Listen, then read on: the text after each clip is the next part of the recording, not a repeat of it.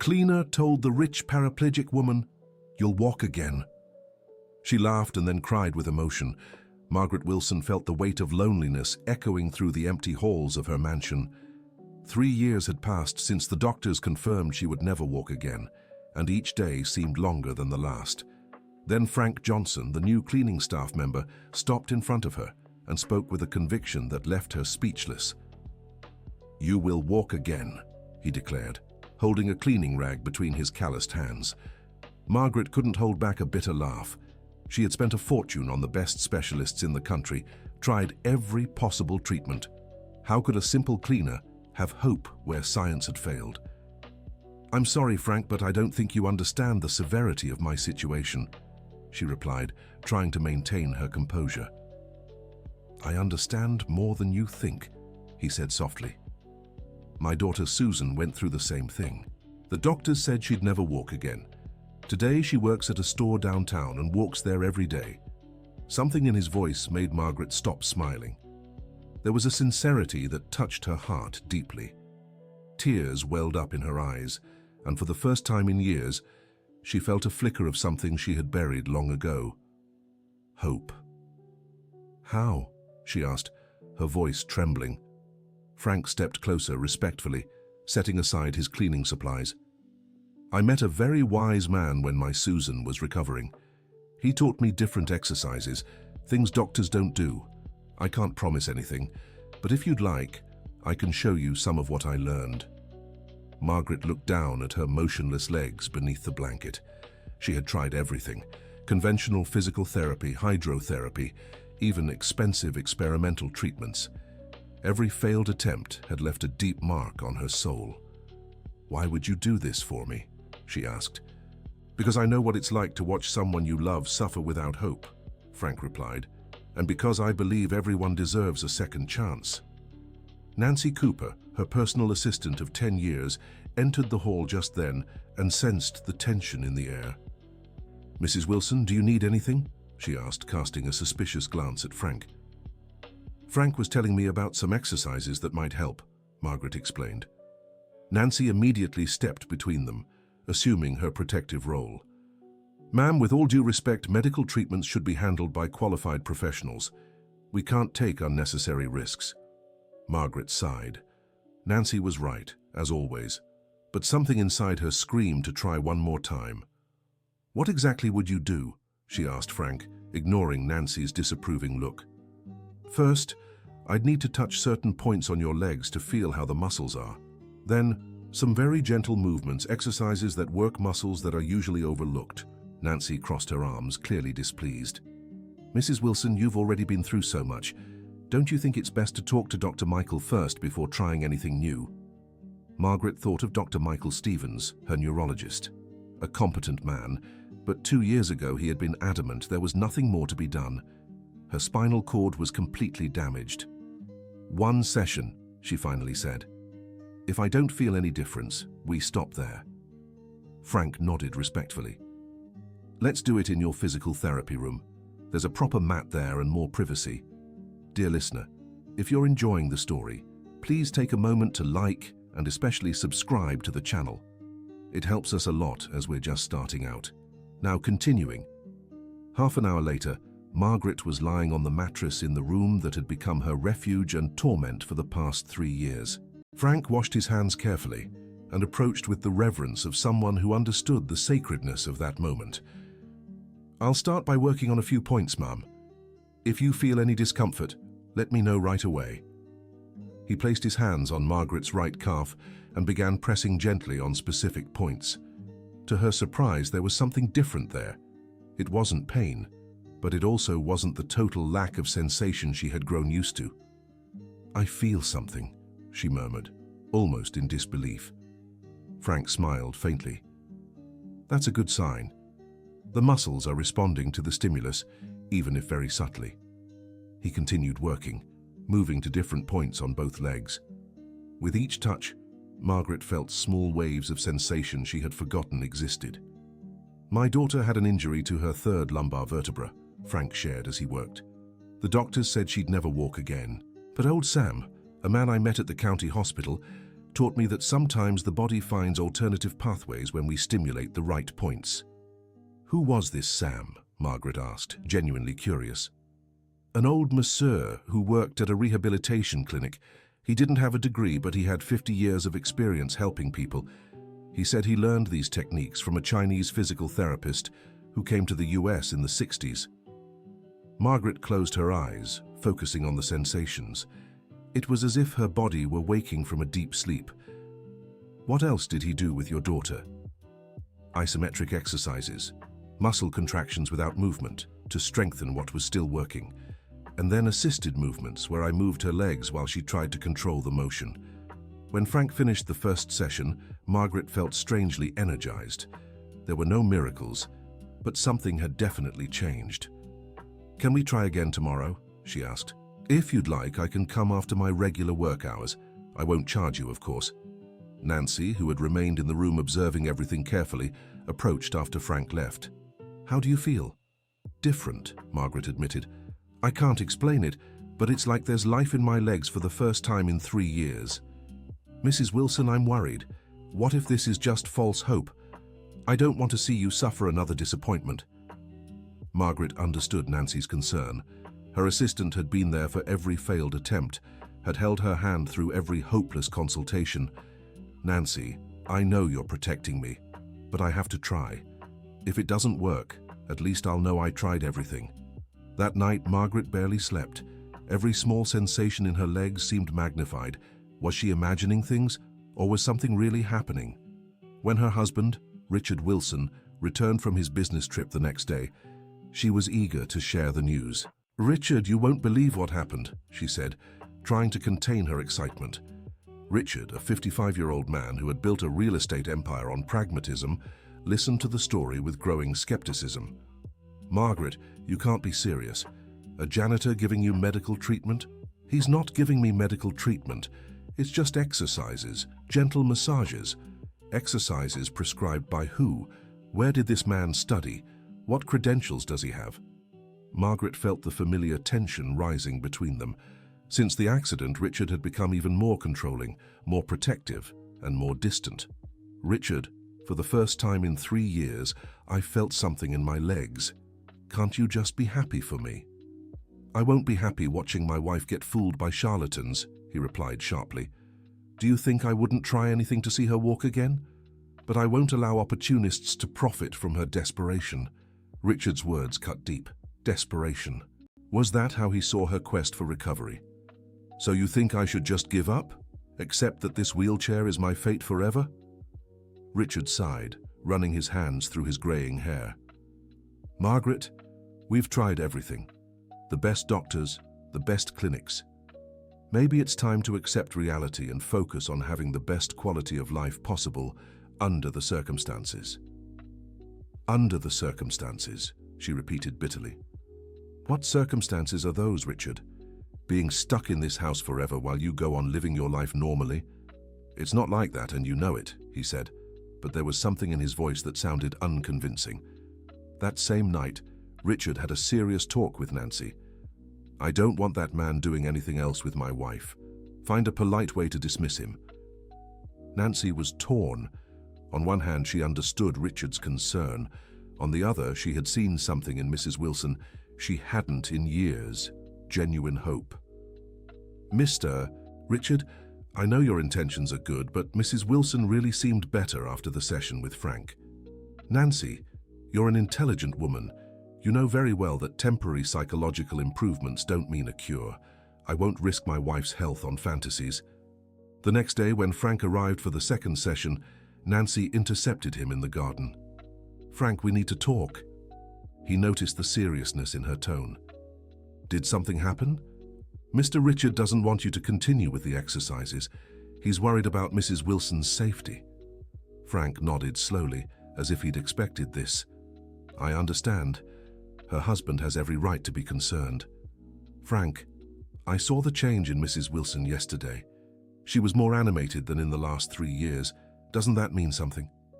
"Nancy, I can't promise miracles, but my daughter also had a husband who didn't believe she could improve. Sometimes the people we love are so afraid of seeing us suffer another disappointment that they'd rather we stopped trying. Nancy fell silent, processing Frank's words. What happened to your daughter? She got better. It wasn't fast. It wasn't easy. But she improved. Her marriage, unfortunately, didn't survive. Her husband couldn't handle the fact that he'd given up on her when she needed him most. A chill ran through Nancy's stomach. Was this the dynamic forming in the Wilson household? Frank, if I found a way for you to keep doing the exercises without Mr. Richard knowing, would you agree? Frank hesitated.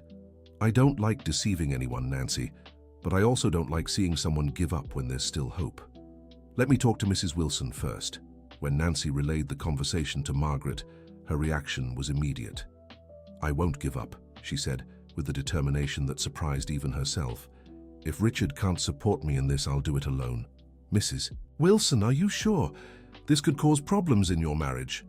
Margaret looked out the window at the garden where Richard was talking on the phone about business, as usual. Nancy, my marriage already has problems. Richard barely talks to me, barely touches me. He pretends everything's normal, but it's not. If I don't do this for myself, who will? And so the secret sessions began. Every afternoon, when Richard was at the office, Frank came for the exercise sessions.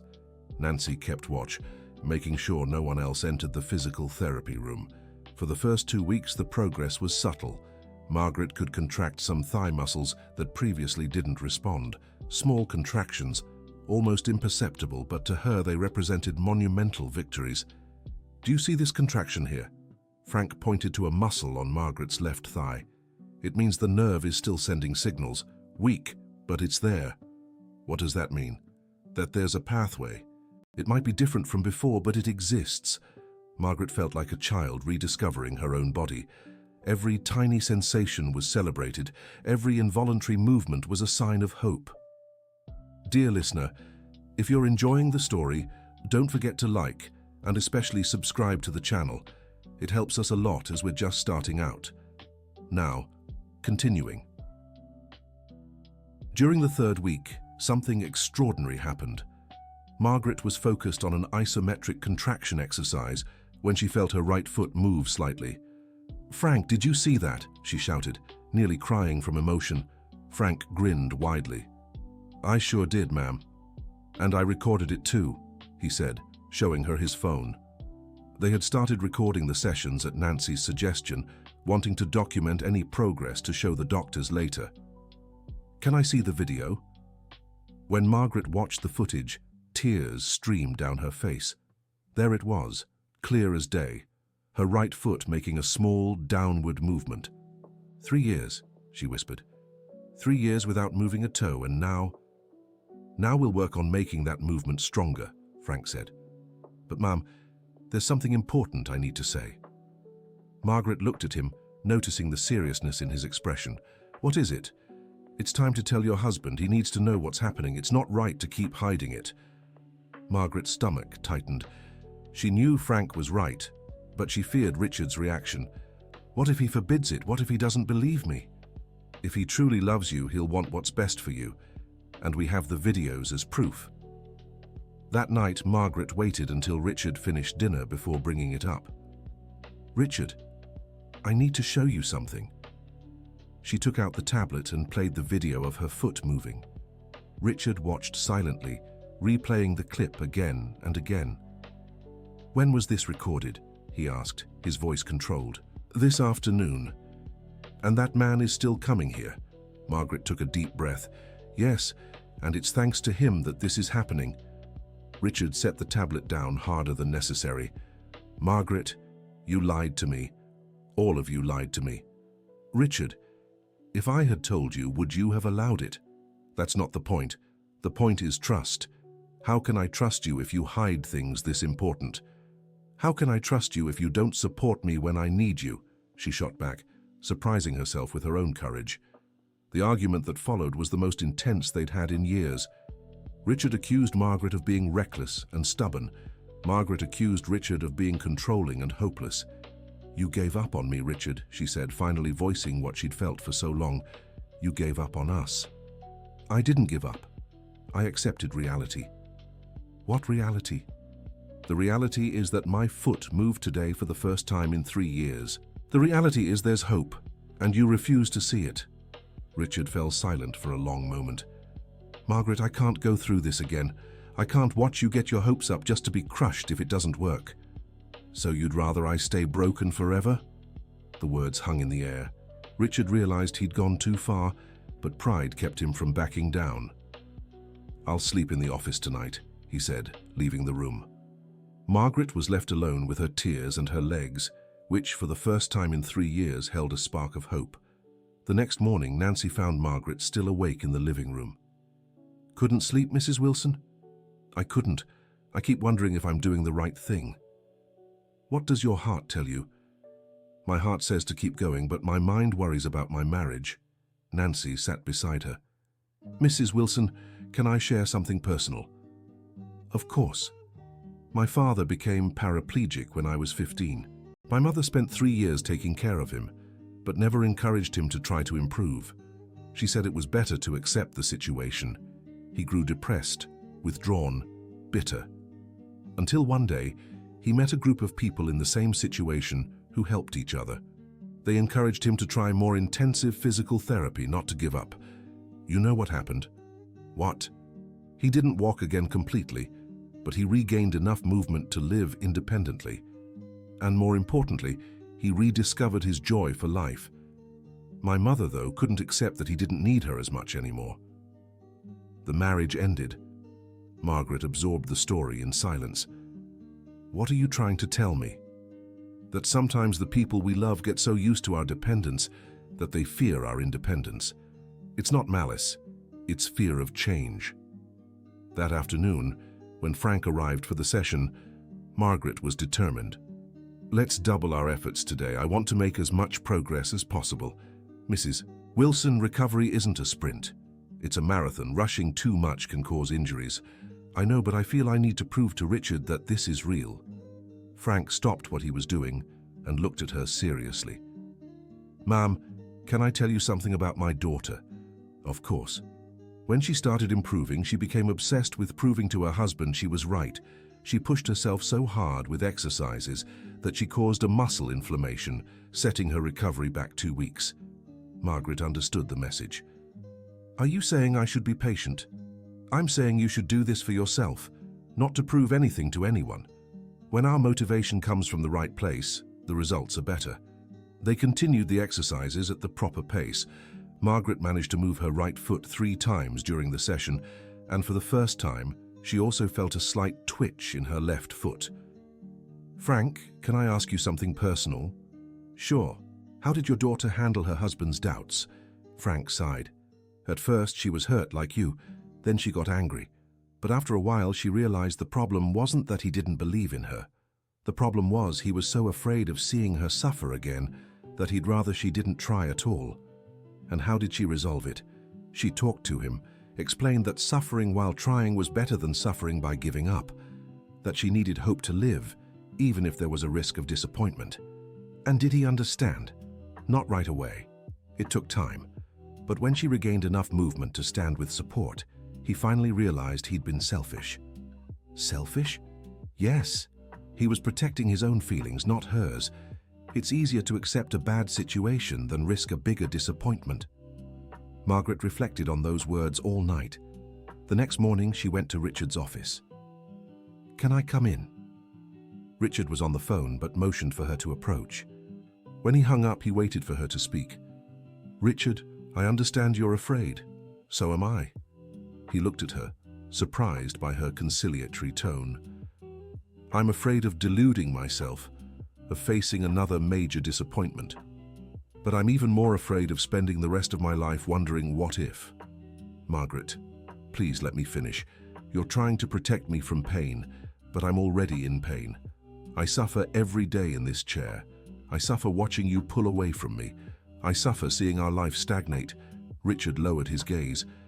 "At least by trying, I'm suffering with hope.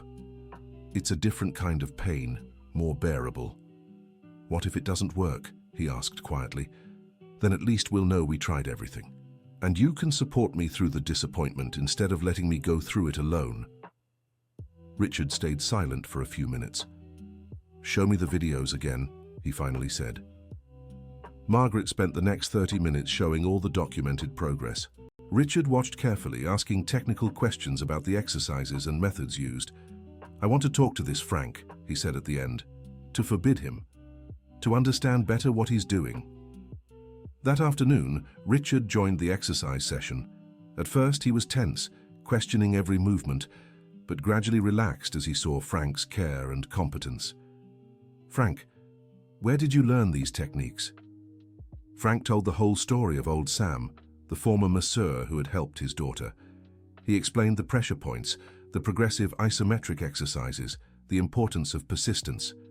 "And your daughter really walked again?" "Not completely like before, but she does walk. She works, has a boyfriend, lives a normal life.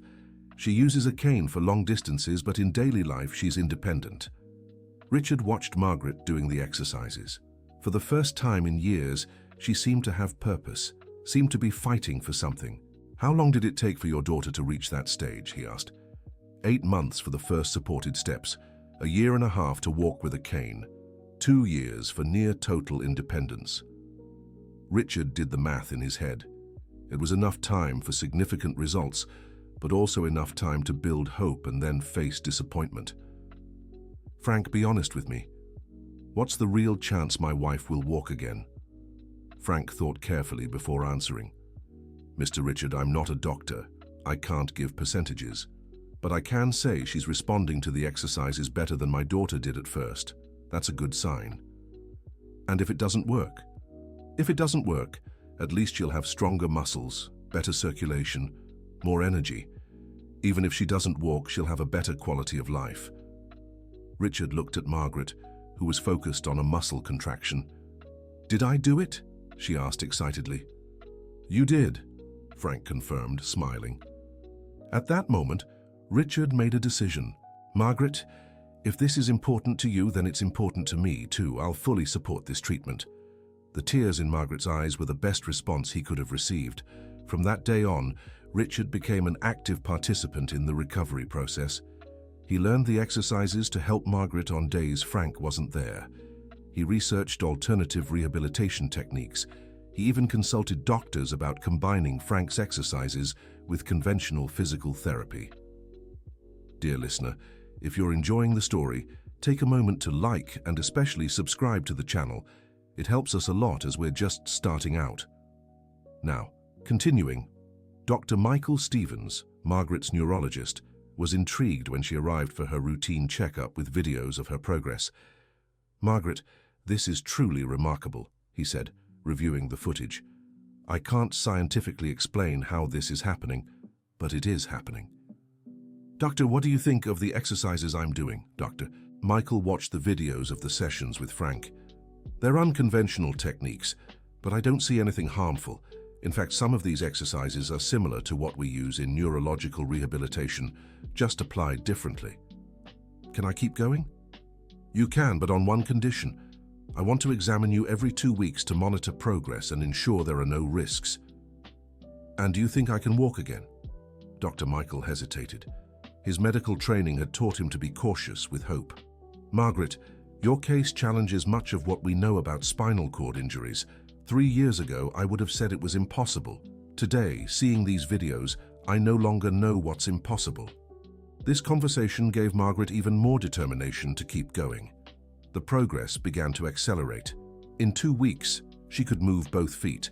In a month, she had regained feeling in most of her legs, but it wasn't all smooth sailing. Margaret started experiencing intense pain as the nerves began functioning again. Some nights, she could barely sleep because of the cramps and constant tingling.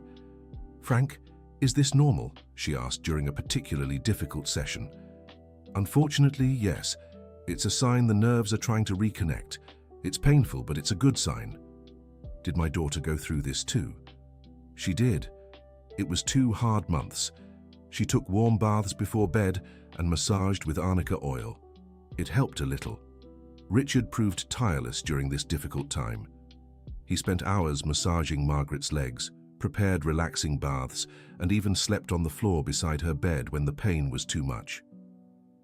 "Why are you doing all this?" she asked one night after an especially severe bout of pain. "Because I love you," he answered simply, "and because I regret not supporting you from the start." "Richard, you don't need to feel guilty." "Yes, I do. I spent 3 years worried about my own fears and forgot about yours. I forgot you're the strongest person I know." Margaret smiled through her tears of pain.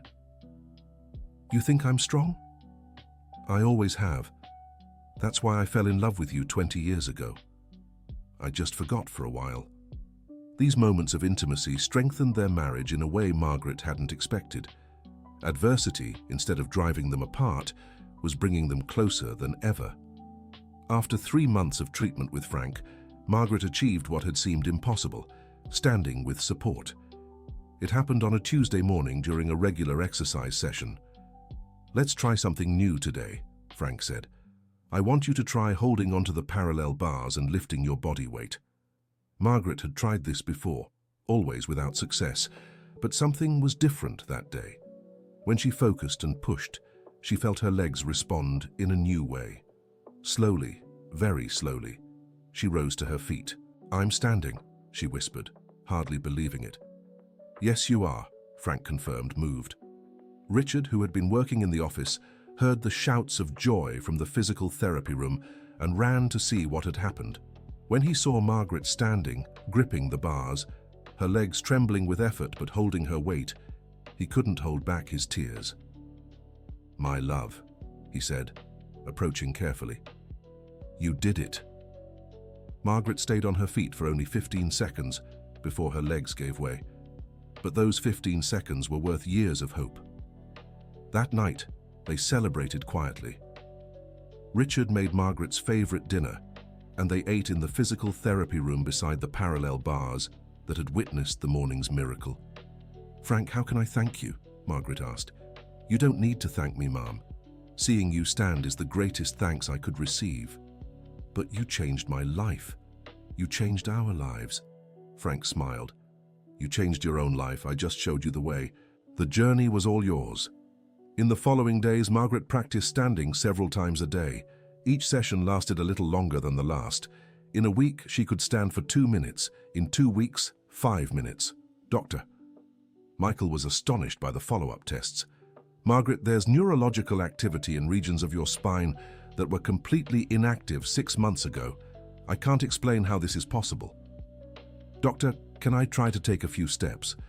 "Very carefully, and always with support, but yes, I think it's time to try." The first attempt to take steps was frustrating. Margaret could stand, but she couldn't coordinate the movement to walk. Her legs seemed to have completely forgotten how to do it. "It's normal," Frank reassured her. "My daughter took 3 weeks to take her first step after she could stand." Margaret didn't give up. Every day she tried to move one leg forward while holding onto the parallel bars. Richard even built a more elaborate support system in the garden with longer parallel bars so she could practice longer distances. "Richard, do you think I'll ever walk normally again?" "I think you'll achieve anything you set your mind to," he replied. "Maybe not exactly like before, but you'll get there." The answer came on a Friday morning, 2 months after she first stood up. Margaret was doing her routine exercises when she felt something different in her legs, a coordination that hadn't been there the day before. "Frank, I want to try taking a step," she said. "Are you sure? Don't you want to wait a little longer?" "I'm sure." Margaret positioned herself at the start of the parallel bars, took a deep breath and pushed to move her right leg forward. To her surprise and joy, the leg obeyed. It was a small, shaky step, but it was a step. "I did it," she cried. Encouraged by her success, she tried moving her left leg. It worked too. In 5 minutes, she had taken 10 wobbly but determined steps along the parallel bars. Richard came home just then and found Margaret, Frank, and Nancy crying with joy in the therapy room. "What happened?" "I walked," Margaret said simply. 10 steps, but I walked." Richard hugged her so tightly he nearly knocked her over. "I'm so proud of you," he whispered in her ear. The next months brought steady progress. Margaret went from 10 steps to 50, then to 100. She started using a cane instead of the parallel bars. Slowly, she regained the confidence to leave the therapy room and explore other parts of the house. "Frank, I want to do something special for you," she said one day. "What is it, ma'am?" "I want you to bring your daughter here. I want to meet the person who inspired me without even knowing me." Frank was moved by the request. "She'd be honored, Mrs. Wilson." Susan Johnson was a cheerful, determined 30-year-old woman who arrived at the Wilson mansion walking with the aid of an elegant cane. The meeting between the two women was emotional. "Mrs. Wilson, my father told me all about your recovery. You're an inspiration," Susan said. "Your story gave me the strength to keep going," Margaret replied. "Without your experience, I might never have tried." "Do you want to know a secret?" Susan said, smiling. "What?" "My father never told me he was helping someone else. I only found out when you wanted to meet me. That's just how he is. He helps people without expecting recognition." Margaret looked at Frank with even greater admiration. "Why didn't you ever tell me you hadn't mentioned it to your daughter?" "Because it wasn't important," he replied. "What mattered was your recovery." Over lunch, Susan shared details of her own recovery that Frank had never mentioned. "There was a moment when I wanted to give up," she confessed. "It was so hard, so painful, but my father told me something I'll never forget." "What was it?" He said, "Sweetheart, giving up is easy. Anyone can give up. But you're not just anyone. You're special, and special people do things that seem impossible." Margaret felt tears in her eyes. "He said something similar to me too." "Because it's true," Frank interrupted. "You both are special people. That's why you achieved what the doctors said was impossible." After lunch, Margaret had an idea. "Susan, what do you do for work?" "I have a small clothing store downtown. It's small, but it's mine." "What if we started something together? A project to help others in our situation?" Susan's eyes lit up. "What kind of project?" "A rehabilitation center, not like the conventional ones, but something that combines traditional techniques with the methods your father uses. A place where people can have hope, even when doctors say there's nothing left to do." Richard, who had been listening, stepped closer. "Margaret, that would be a huge responsibility." "It would, but it would also be a purpose. Imagine how many people are going through what I went through, thinking there's no hope." "Frank, what do you think?" Richard asked. Frank thought carefully. "I think it would be a beautiful thing, but it would have to be done right, with proper medical oversight, without creating false hope." "Exactly," Margaret agreed. "We wouldn't promise miracles, but we'd offer hope combined with serious methods." The idea took shape over the following weeks. Richard, with his business experience, helped structure the project. Nancy accepted the challenge of coordinating administrative tasks. Dr. Michael Stevens was interested in participating as a medical consultant. "Let's call it the Hope Rehabilitation Center," Margaret suggested. "Too obvious," Richard said. "How about the Rebirth Institute? Or the Old Sam Center," Frank offered, "in honor of the man who taught me everything." In the end, they chose the Old Sam Rehabilitation Institute, a name honoring the man who had inspired this entire chain of mutual aid. 6 months later, Margaret walked with the aid of a cane through the construction site of the institute, overseeing the final details. The center would have a therapeutic pool, conventional physical therapy rooms, spaces for Frank's alternative techniques, and rooms for patients coming from other cities. "It's looking beautiful," Susan remarked, having closed her store to dedicate herself fully to the project. "It'll be even more beautiful when it's full of people recovering," Margaret replied. On opening day, over 200 people attended, patients, families, doctors, and local officials. Margaret gave the opening speech, leaning on her cane but standing firm and confident. "A year and a half ago, I was convinced I'd never walk again. Today I'm standing here because some people refuse to accept impossible as a final answer." She glanced at Frank, who stood at the back of the auditorium, preferring not to be in the spotlight. "This institute exists to show that there's always hope, even when it seems completely lost. We don't promise miracles, but we promise we'll never give up on you." The applause was warm and long. After the event, Margaret approached Frank. "Thank you for everything," she said. "Thank you for letting me help," he replied. "Frank, Can I ask you something I've always wondered? Of course. Why did you tell me I'd walk again on the very first day? Did you truly believe it, or were you just trying to give me hope? Frank smiled. I truly believed it. Know why? Why? Because I saw in your eyes the same determination I saw in my daughter's. And determination moves mountains. A year after the opening, the Old Sam Rehabilitation Institute had already treated over 300 patients. Not all of them regained full mobility, but every one of them significantly improved their quality of life. Margaret, now walking short distances without a cane, had become a national reference in alternative rehabilitation. She received invitations to speak at universities and medical conferences. I never imagined I'd become a speaker, she remarked to Richard as she prepared for another presentation. You've become much more than that, he replied.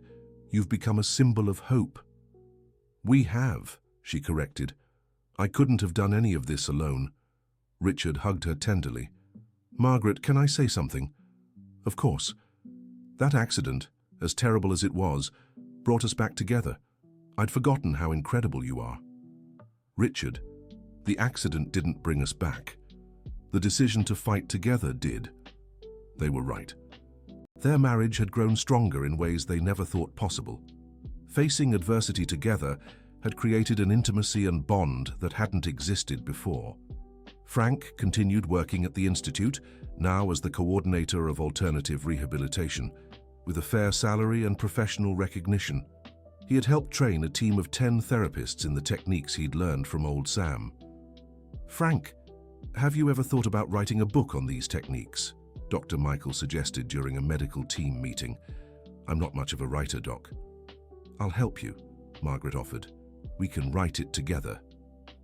The book, Pathways of Hope. Alternative Techniques in Neurological Rehabilitation was published 2 years later and became a reference in the field. All royalties were donated entirely to the Institute. At the book launch, Margaret made sure to emphasize that none of it would have been possible without the courage of a simple man who wasn't afraid to believe in the impossible. Frank Johnson isn't just an exceptional therapist, she told the packed audience.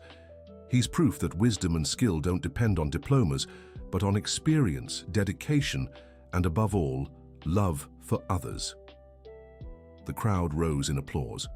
Frank, flushed with emotion, waved discreetly from the back of the auditorium. Today, 5 years after that first meeting at the mansion, Margaret walks normally most of the time, using a cane only for very long distances or when she's extremely tired. The Institute serves patients from all over the country and has a 6-month waiting list. Richard sold part of his real estate empire to dedicate more time to the Institute and their marriage. Nancy became the administrative director and married Dr. Michael. Frank was honored by the city as Citizen of the Year. But the greatest reward for all of them remains seeing people who arrive without hope leave the Institute with a new chance at life. You know the most beautiful part of this whole story? Margaret asked Richard as they walked through the Institute's garden on a sunny afternoon. What? It all started with the kindness of a man who could have just done his job and walked away, but he chose to care about a stranger. Richard stopped walking and looked at his wife. Margaret, do you think our story would have been different if I'd supported you from the beginning? Probably, but not necessarily better. Maybe we needed to go through all of this to learn what truly matters. And what truly matters, not giving up on each other, not giving up on hope, and understanding that sometimes miracles come disguised as ordinary people who care about us. They continued walking, passing the therapeutic pool, where 3 patients exercised under Frank's supervision. One was a young man who had arrived 2 months ago completely discouraged. Today, he stood in the water, taking his first assisted steps. Frank, do you think I'll ever walk on my own? The young man asked. I'm sure of it, Frank replied with conviction. You have the same determination I've seen in others who made a full recovery. Margaret smiled. That same confidence that had changed her life was now being offered to others. The cycle of hope continued. Richard, you know what? What? I don't regret a thing. Not the accident, not the time I spent in a wheelchair. It was all part of the path that brought me here. Brought you where? To a life with purpose, to a stronger marriage, to the certainty that there's no hopeless situation, only people who haven't found the right path yet. End of story. Now tell us what you thought of this inspiring story of resilience and hope. Do you know someone who's been through something similar? Do you believe willpower can overcome medical diagnoses? Share your experiences in the comments. Your words might inspire others going through tough times. Leave a like if this story touched your heart, and subscribe to the channel for more uplifting stories.